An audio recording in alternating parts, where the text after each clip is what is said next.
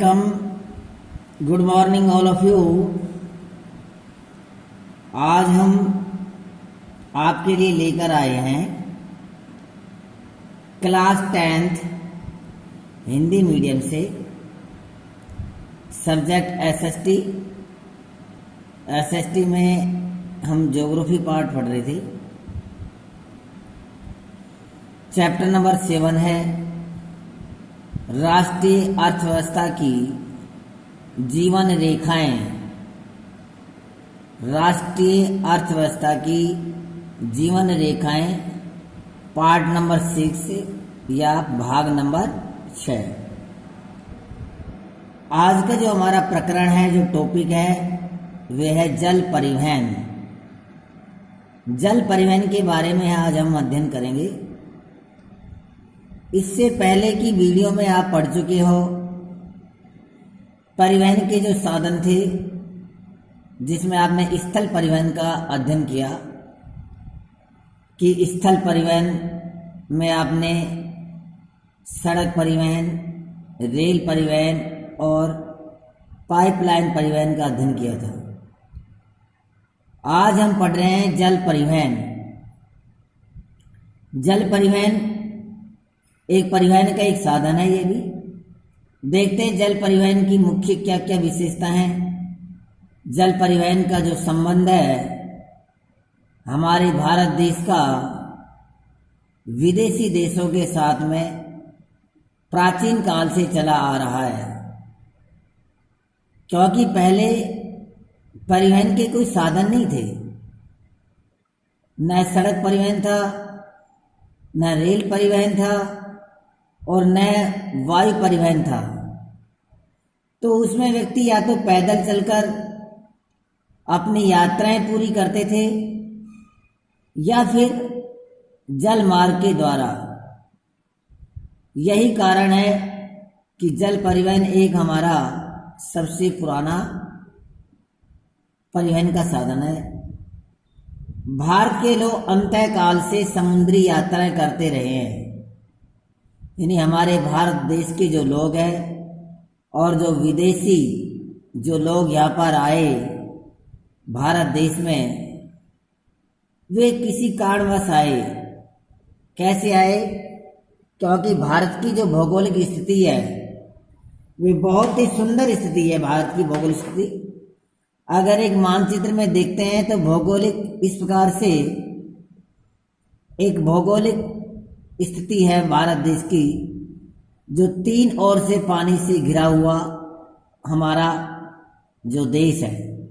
इधर हम देखते हैं तो ये है हमारी बंगाल की खाड़ी। बंगाल की खाड़ी है। दक्षिण में देखते हैं तो यह हमारा है हिंद महासागर। हिंद महासागर। अगर हम यहाँ पर देखते हैं पूर्व की पश्चिम की साइड में, तो पश्चिम हमारे जो पश्चिम जो दिशा है उसमें है अरब सागर। इसलिए 3 ओर से हमारा जो भारत देश है वह पानी से घिरा हुआ है। इसलिए विदेशी लोग यहाँ पर आने के लिए आकर्षित हुए। इसलिए भारत के लोग अनंत काल में, बहुत ही प्राचीन काल से ही यहाँ समुद्र यात्रा करते रहते थे, जिससे व्यापार वाणिज्य होता था। हमारी संस्कृति का आदान प्रदान किया जाता था। जैसे विदेश जैसे श्रीलंका है, मालदीव है, अफगानिस्तान है, अन्य देशों से यात्रा करते थे। नाविकों ने दूर तथा पास के क्षेत्रों में भारतीय संस्कृति व व्यापार को फैलाया। नाविकों ने, जो नाविक लोग थे जो यहाँ पर नाव चलाते थे, नाविकों ने दूर दूर तक और पास पास के क्षेत्रों में हमारी संस्कृति को फैलाया। और हमको भी कुछ विदेशी संस्कृति से सीखने की मिला। आज जो हमारे जो पहनावा, जो खान पान, जो वेशभूषा में जो परिवर्तन आया है, वे पाश्चात्य संस्कृति का एक प्रभाव सा झलकता दिखाई देता है। जैसे आज हम देखते हैं कि हम पैंट शर्ट पहनते हैं। पैंट शर्ट है ये एक पाश्चात्य सभ्यता का है, जबकि भारतीय संस्कृति में तो धोती और कुर्ता जो है ये हमारे एक वेशभूषा थी। तो कह रहा है कि नाविकों ने दूर तथा पास के क्षेत्रों में भारतीय संस्कृति और हमारे व्यापार को फैलाया। हमारी संस्कृति को विदेशों ने बहुत पसंद किया है, हमारे खान पान को बहुत पसंद किया है।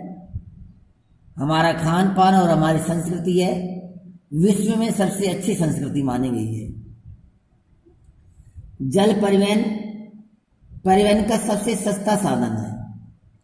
अगर और हम साधन देखते हैं परिवहन के, सड़क परिवहन, रेल परिवहन और पाइपलाइन परिवहन या वायु परिवहन, सबसे सस्ता साधन जो है जो जल परिवहन है, क्योंकि लंबी दूरी तक इसमें सामान को लाया और ले जाया जा सकता है। सबसे सस्ता साधन है, न इसमें कोई रोड का निर्माण करना होता, न कोई रेलवे ट्रैक बनाना होता है, न कोई इसमें पाइपलाइन बिछानी होती है। ये तो केवल पानी के बहाव से और जहाज़ों के माध्यम से और नाव के माध्यम से व्यापार या आवागमन किया जाता है। भारी व स्थूलकाय वस्तुएं ढोने में अनुकूल है। जो जल परिवहन जो साधन है, जल परिवहन का जो सस्ता एक साधन है, उसमें भारी से भारी सामान और हल्के से हल्की वस्तुओं को ढोने में काम आता है। ऊर्जा सक्षम और पर्यावरण अनुकूल है। जल परिवहन एक ऐसा परिवहन का साधन है जो ऊर्जा में सक्षम है, कम से कम ऊर्जा खपत होती है और पर्यावरण के अनुकूल है, अर्थात इसके द्वारा पर्यावरण प्रदूषण नहीं होता है। जल प्रदूषण या कोई भी प्रदूषण है इसमें नहीं होता है, इसलिए इसको बताया गया कि पर्यावरण अनुकूल है। जैसे पाइपलाइन परिवहन में आपने पढ़ा था कि पाइपलाइन परिवहन भी वे पर्यावरण अनुकूल है, ऐसे जल परिवहन भी पर्यावरण अनुकूल है। भारत में अंतःस्थलीय नौ संचालन जलमार्ग 14,500 किलोमीटर लंबा है। अगर हम हमारे भारत देश की चर्चा करते हैं तो भारत में जो अंतःस्थलीय है, जो भारत देश के अंदर है, उसका जो नौसंचालन जो जलमार्ग है वे लगभग 14,500 किलोमीटर लंबा है, जो एक बहुत बड़ा लंबा क्षेत्र है, जिसमें से अर्थात 14,500 किलोमीटर लंबे मार्ग में केवल मात्र 3,700 किलोमीटर मार्ग पर ही मशीनीकृत नौकाओं द्वारा तय किया गया है। हम ये कह सकते हैं कि जो हमारे भारत देश में अंतःस्थलीय नौ संचालन जलमार्ग 14,500 किलोमीटर लंबा है, उसमें 3,700 किलोमीटर मार्ग पर ही मशीनीकृत नौकायन चलती है, यानी मशीनों वाली जो नौकाएं हैं, जो नावें हैं या जहाज हैं, वे चलती हैं, बाकी बिना मशीने से ही चलती हैं। निम्न जलमार्ग को भारत सरकार द्वारा राष्ट्रीय जलमार्ग घोषित किया गया है। जैसे तुमने सड़क परिवहन में पढ़ा था कि सड़क परिवहन के अंदर भी कि जो मार्ग हैं उनको राष्ट्रीय मार्ग, राज्य मार्ग और जिला सड़कों में विभाजित किया था। उसमें सबसे पहले पढ़ा था आपने जैसे राष्ट्रीय राजमार्ग।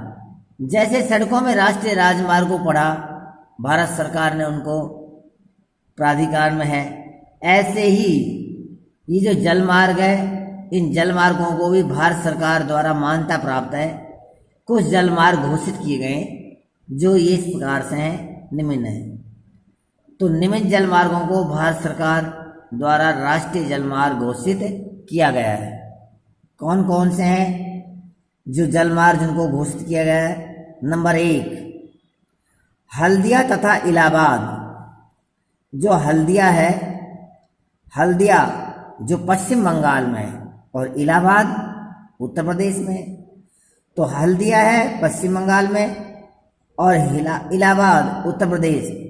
तो हल्दिया से लेकर इलाहाबाद के मध्य ये गंगा जलमार्ग, जो गंगा जलमार्ग है, गंगा नदी से संबंधित है, जो लगभग 1620 किलोमीटर लंबा है, 1620 किलोमीटर लंबा है और नौगम्य जलमार्ग संख्या 1 घोषित किया गया है।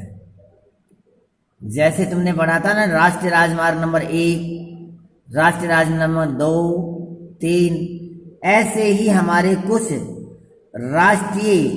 राष्ट्रीय जलमार्ग हैं, राष्ट्रीय जलमार्ग है।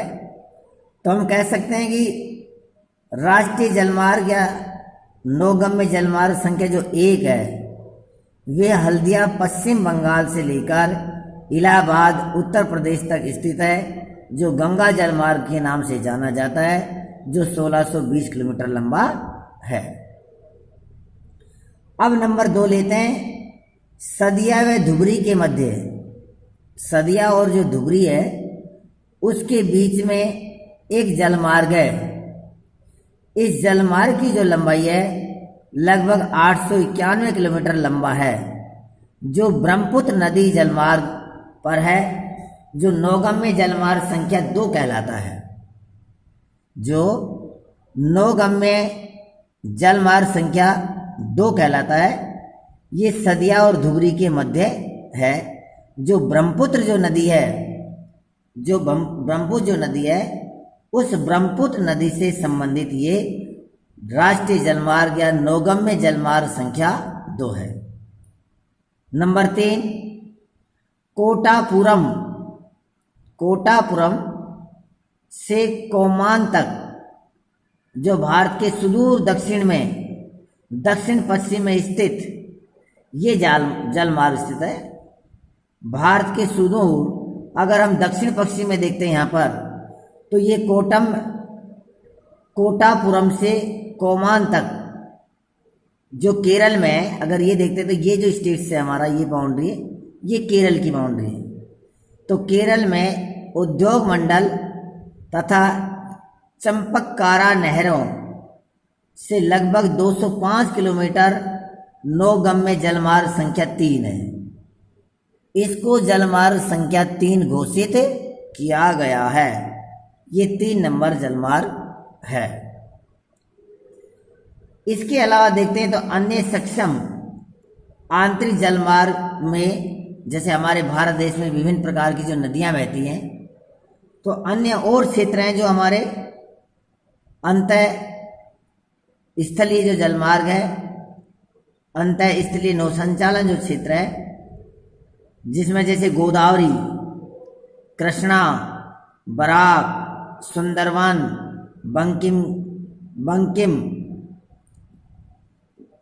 बंकिम-धम नहर, ब्राह्मणी, पूर्वी पश्चिमी नहर तथा दामोदर घाटी नहर निगम शामिल है।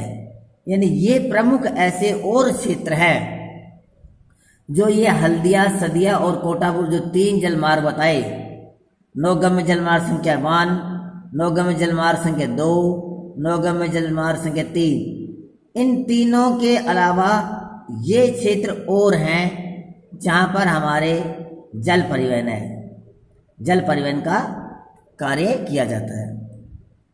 अगर हम जल परिवहन के बारे में अध्ययन करते हैं तो विदेशी व्यापार भारतीय पत्तनों द्वारा, जो हमारे पतन है, पतन मीन्स बंदरगाह, जिनको हम पतन कहते हैं, बंदरगाह कहते हैं, पोताश्रय कहते हैं, तो ये जो हमारे बंदरगाह हैं, इनसे 95% भारतीय पत्तनों से व्यापार होता है।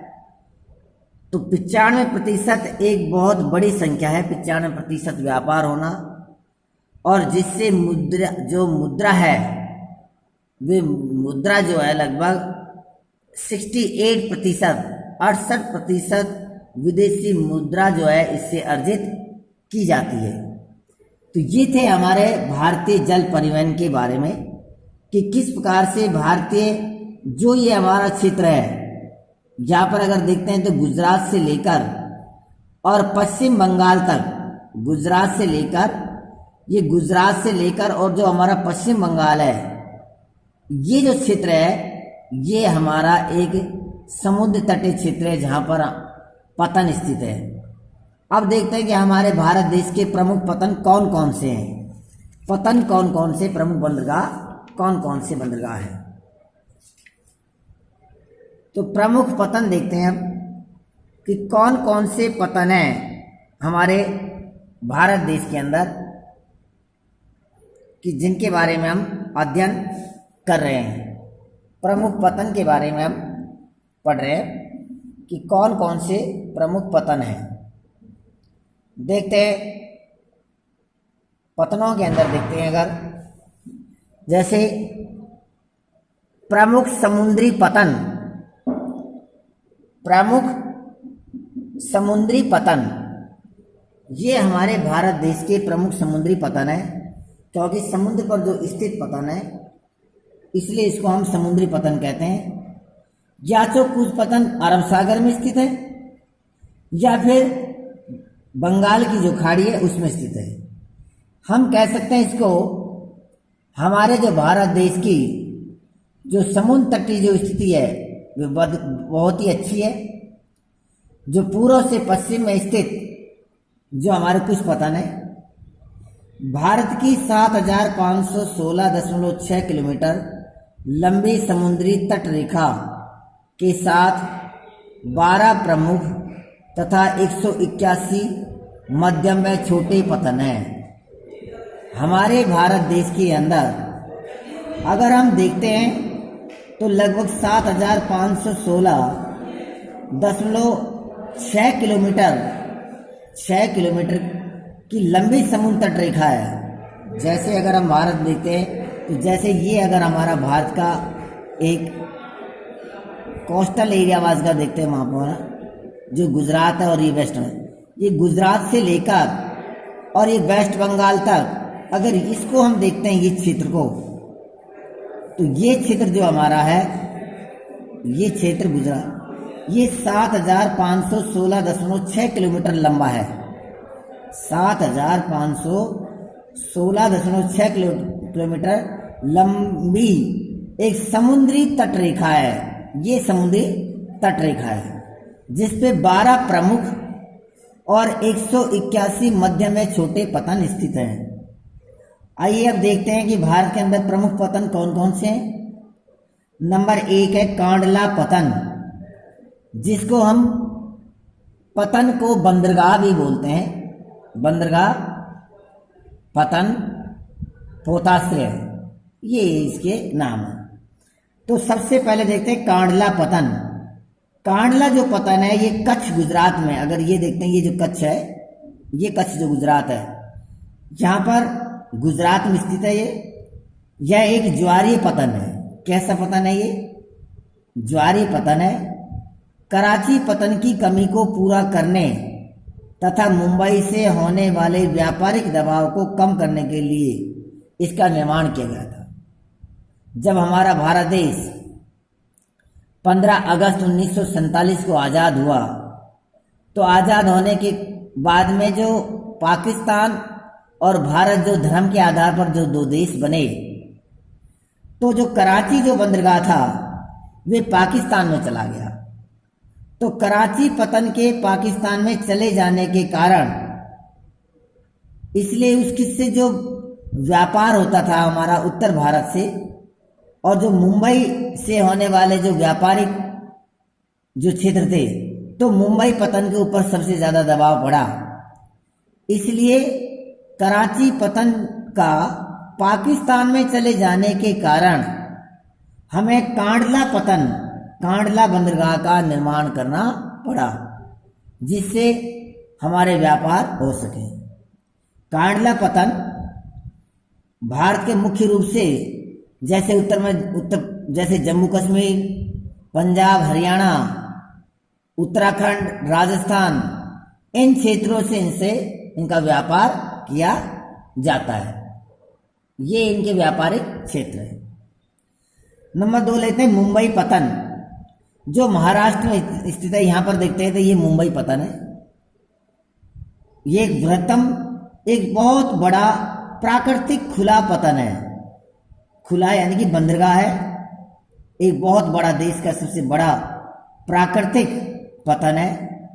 वस्तु तो सुचारू रूप से यहाँ पर पोताश्रय का करते हैं और भारत का यहाँ व्यापार आयात निर्यात यहाँ पर किया जाता है, जो महाराष्ट्र में। नंबर 3, जवाहरलाल नेहरू पतन। जवाहरलाल नेहरू पतन भी महाराष्ट्र राज्य में है, जो मुंबई पतन के भार को कम करने के लिए बनाया गया था। जैसे मुंबई है तो इन मुंबई के पास में ही दूसरा पतन बनाया गया, जिसका नाम हमारे पूर्व भारत देश के प्रथम प्रधानमंत्री माननीय जवाहरलाल नेहरू जी के नाम से इस पतन का नाम रखा गया। और इसका मुख्य उद्देश्य था कि मुंबई पतन के भार को कम करने के लिए इस पतन का निर्माण किया गया था। नंबर 4, मार्मागोवा पतन। मार्मागोवा जो पतन है वे गोवा में है। कहाँ पर है? गोवा राज्य में। देश के कुल निर्यात का 50% लौह अयस्क निर्यात किया जाता है। मार्मागोवा जो पतन है वो जो गोवा में स्थित है, जो हमारे भारत देश में जो कुल निर्यात किया जाता है, और कुल निर्यात है लौह अयस्क, उसका अकेला 50% लौह अयस्क निर्यात किया जाता है मार्मागोवा पतन गोवा से, जो नीचे बंबई के नीचे स्थित है ये पतन दक्षिण में। नंबर 5 है न्यू मंगलोर पतन। न्यू मंगलोर पतन कर्नाटक राज्य में स्थित है। कहाँ पर है? ये कर्नाटक राज्य में स्थित है, जो केरल के उत्तर में स्थित है। यह एक लैंगून, जो बताया आपको, जैसे न्यू मंगलोर पतन कर्नाटक राज्य में कुंद्रेनमुख खानों से निकले लौह अयस्क का निर्यात करता है, जो कर्नाटक के अंदर एक प्रमुख खान है लौह अयस्क की। उस खान का नाम है कुंद्रेनमुख। उस खानों से निकलने वाला जो लौह अयस्क है उसका निर्यात न्यू मंगलोर पतन से किया जाता है। नंबर 6 है कोची पतन। कोची पतन हमारा जो केरल राज्य है, ये भारत के सुदूर दक्षिण में स्थित पश्चिम में कोची पतन केरल में स्थित है। यह एक लैगून के मुहाने पर स्थित एक प्राकृतिक पोताश्रय है। कैसा पोताश्रय है? एक प्राकृतिक पोताश्रय है। तो ये थे हमारे पूर्व की ओर, ये जो अरब सागर है, अरब सागर में जो स्थित पतन थे। अब हम भारत के पूर्व की ओर पतन देखेंगे। अब तक हम अध्ययन कर रहे थे पश्चिम की ओर पतन। ये अरब सागर में स्थित, ये जो अरब सागर है, अरब सागर, इस अरब सागर में स्थित अर्थात कह सकते हैं भारत के पश्चिमी तट पर स्थित ये बंदरगाह थे। अब भारत के पूर्वी तट पर स्थित जो बंदरगाह है, जो बंगाल की खाड़ी से संबंधित है, उन पतनों के बारे में अध्ययन करेंगे। जैसे तूतीकोरन पतन। तूतीकोरन पतन यहां पर स्थित है तमिलनाडु में। तूतीकोरन पतन या तूतीकोरन बंदरगाह तमिलनाडु राज्य में स्थित है। यह एक प्राकृतिक पोताश्रय और पड़ोसी देशों जैसे श्रीलंका, मालदीव आदि देशों से व्यापार, वाणिज्य, संस्कृति का आदान प्रदान किया जाता है। भारत के दक्षिण में तूतीकोरन जो पतन है एक महत्वपूर्ण पतन के रूप में अपनी भूमिका अदा करता है, क्योंकि ये एक बहुत ही सामरिक दृष्टि से बहुत ही महत्वपूर्ण एक पतन है, जो हमारे पड़ोसी देश जैसे श्रीलंका, यहाँ पर दक्षिण में जो एक कह सकते हैं कि हम एक द्वीपीय देश के रूप में स्थित है, श्रीलंका और मालदीव है, उनसे हमारे अच्छे संबंध, और दक्षिण भारत और अन्य जो देश है उनसे हमारे अच्छे महत्वपूर्ण संबंध भी, और हमारे व्यापार वाणिज्य से भी कार्य किया जाता है। तूतीकोरन। चेन्नई पतन।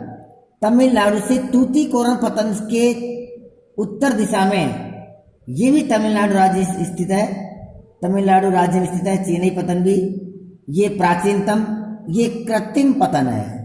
कैसा पतन है? ये कृत्रिम पतन है, यानी कृत्रिम पतन यानी बनाया हुआ पतन है। व्यापार की मात्रा में लदे सामान के संदर्भ में मुंबई के बाद में इसका दूसरा स्थान है। जैसे मुंबई जो पतन एक महत्वपूर्ण पतन है, जिसमें एक वृद्धम प्राकृतिक खुला पतन है, सुचारू रूप से पोताश्रय होता है, व्यापार वाणिज्य बहुत अधिक होता है। तो मुंबई पतन के बाद में चेन्नई पतन का दूसरा स्थान है। लदे सामान के संदर्भ में इसका दूसरा स्थान है। नेक्स्ट देखते हैं नंबर 9, विशाखापट्टनम पतन। विशाखापट्टनम जो पतन है वे आंध्र प्रदेश में स्थित है। आंध्र प्रदेश में स्थित है। स्थल से घिरा गहरा व सुरक्षित पतन है। ये स्थल से घिरा हुआ है एकमात्र ऐसा पतन है जिसे हम विशाखापट्टनम पतन के नाम से जाना जाता है, लेकिन ये सुरक्षित पतन है। और प्रारंभ में इस पतन का जो विकास है जो लौह अयस्क निर्यात के लिए किया गया था। नंबर 10 है पारादीप पतन। पारादीप पतन जो है उड़ीसा राज्य में स्थित है। कहाँ पर है? उड़ीसा राज्य में स्थित है, जो लौह अयस्क का निर्यात करता है। किसे करता है? लौह अयस्क का निर्यात किया जाता है, जो विशाखापट्टनम बंदरगाह के उत्तर में स्थित है ये पारादीप पतन। नंबर 11 कोलकाता पतन। कोलकाता पतन पश्चिम बंगाल में स्थित है और पश्चिम बंगाल की राजधानी भी है कोलकाता। अंतःस्थलीय नदीय पतन है ये। कोलकाता जो पतन है ये एक अंतःस्थलीय नदी पतन है। गंगा ब्रह्मपुत्र बेसिन के वृत्त पृष्ठभूमि को सीमाएं प्रदान करता है और ये ज्वारीय पतन है। हुगली के तलछट जमाव से, यानी हुगली नदी के बार बार जमाव से इसको नियमित रूप से साफ करना पड़ता है। जो कोलकाता जो पतन है, कोलकाता पतन के ऊपर हुगली नदी के द्वारा लाए हुए अवशिष्टों का जमाव कर दिया जाता है, इसलिए इसको प्रतिदिन इसको साफ किया जाता है। अगर इसको नियमित रूप से साफ नहीं करेंगे तो इसमें यानी कि नौगम्य नहीं होगा, इसलिए यहाँ पर हुगली के तलछट के जमाव पाए जाते हैं। नंबर 12 है हल्दिया पतन। हल्दिया पतन भी पश्चिम बंगाल में स्थित है। जो ये हमारी पश्चिम बंगाल है, जो पूर्व का जो अंतिम जो समुद्र तट के ऊपर स्थित जो राज्य है वे पश्चिम बंगाल है। जो कोलकाता पतन पर बढ़ते व्यापार को कम करने हेतु हल्दिया सहायक पतन के रूप में विकसित किया गया है।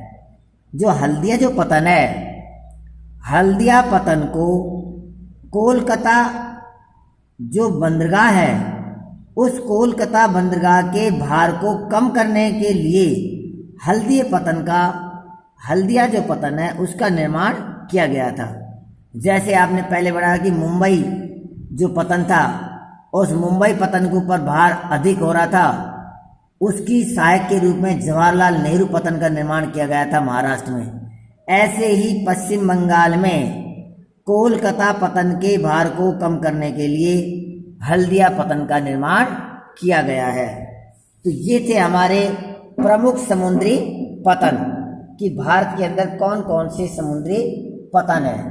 अगर हम हमारी एनसीईआरटी की पुस्तक में देखते हैं तो देखते हैं कि ये हमारे प्रमुख पतन है जो मैंने आपको अभी समझाए हैं। तो देखिए पूर्व की अगर देखते हैं तो पूर्व में हम देखते हैं तो सबसे पहले पश्चिम दिशा में देखते हैं, क्योंकि ये अरब सागर है, ये बंगाल की खाड़ी और ये हिंद महासागर। तो ये जो हमारा गुजरात है, ये गुजरात से लेकर यहाँ से लेकर और ये जो हमारा पश्चिम बंगाल है, ये पश्चिम बंगाल तक ये हमारी समुद्र तटीय दूरी है जो 7516.6 हमने इसकी किलोमीटर लंबी दूरी बताई गई थी। तो इसमें अगर हम देखते हैं तो सबसे पहले हमने बताया था कांडला। देखिए ये कांडला बंदरगाह है, क्योंकि एग्जाम की दृष्टि से आपको ये मैप के अंदर ये क्वेश्चन बनता है कि कौन सा बंदरगाह कहाँ पर स्थित है, तो आप उसको मैप स्किल में सही फिलअप करना है, सही भरना है, मैप में सही भरना है उसको। तो देखिए ये जो कांडला है, देख लीजिए यहाँ पर कच्छ का रन है, तो यहाँ पर कांडला बंदरगाह है। उसके बाद हम नीचे आते हैं तो ये हमारा महाराष्ट्र राज्य है। महाराष्ट्र में ये मुंबई है, ये मुंबई पतन है। और उसके भार को कम करने के लिए जो नीचे दिखा हुआ है जवाहरलाल नेहरू पतन है। उसके बाद में जैसे नीचे आते हैं हम गोवा में, तो ये मार्मो गोवा पतन है, जहाँ पर लोहा एस का सबसे अधिक आयात निर्यात किया जाता है। उसके बाद में न्यू मंगलोर जो कर्नाटक में है, ये न्यू मंगलोर है। उसके फिर नीचे आते हैं तो ये कोची पतन है जो केरल में है। तो ये पतन तो हमारे हो गए पश्चिम दिशा की ओर। अब देखते हैं पूर्व दिशा की ओर हम बढ़ते हैं, तो सबसे नीचे जो सुदूर दक्षिण में स्थित है तूतीकोरन पतन, ये है तूतीकोरन, जहाँ मेरे ये पेन की डॉट लगी हुई है, ये तूतीकोरन पतन है, जिसे श्रीलंका और जो मालदीव जो अन्य देश है उससे हमारे व्यापारिक वाणिज्य संस्कृति यानी इनसे हमारे संबंध बन हुए। तूतीकोरन पतन तमिलनाडु के अंदर ही, जो तमिलनाडु की जो ये बाउंड्री बनी है उस बाउंड्री के नीचे ये है चेन्नई, देखिए ये चेन्नई बंदरगाह है। उसके बाद हम आते हैं आंध्र प्रदेश में, ये तमिलनाडु है और ये बाउंड्री आंध्र प्रदेश की। और ये जो बना है विशाखापट्टनम, ये विशाखापट्टनम हमारा एक बंदरगाह है। उसके बाद देखते हैं कि ये जो पारादीप है उड़ीसा राज्य है, तो ये पारादीप पतन है यहाँ पर, ये पारादीप। और फिर हम आते हैं बंगाल के अंदर, पश्चिम बंगाल में, तो पश्चिम बंगाल के अंदर तो जैसे ये हमारा कोलकाता बंदरगाह, और उसके पास में ही कोलकाता बंदरगाह को कम करने के लिए हल्दिया पतन का निर्माण किया गया था, ये हल्दिया पतन था। तो इस प्रकार से आज हमने जो जल परिवहन जो हमारा जो प्रकरण था उसमें हमने जल परिवहन के साथ साथ प्रमुख जो पतन है, जो बंदरगाह है, उन बंदरगाहों का हमने अध्ययन किया। तो जो मानचित्र है, मानचित्र की दृष्टि से ये इम्पोर्टेंट है। आप अपनी जो एनसीईआरटी की जो टेक्स्ट बुक है, जो पाठ्य पुस्तक है, पेज नंबर 95 पर ये मैप दिया गया है, आप इसको भी अपनी जो टेक्स्ट बुक है, आपकी जो अभ्यास पुस्तिका है, तो उसके अध्ययन से आप उसको सहायता से उसको भी देख सकते हो और उसको अच्छी तरह से लर्न कर सकते हो। तो इसको आपने समझा और आप इस पे कमेंट्स करना। अगर ये आपको पसंद आई ये वीडियो तो आप बताना आपको ये वीडियो कैसी लगी, कितना समझ में आया। अगर फिर भी कुछ आपको इस वीडियो में समझ में नहीं आया तो आप मुझे कमेंट्स करना, शेयर करना। मैं आपकी हर प्रॉब्लम का सॉल्यूशन करने के लिए तैयार हूँ और आप अच्छे से तैयारी करना। और एंडिंग स्कूल सतीश कुमार के चैनल को सब्सक्राइब करना। Okay, thank you.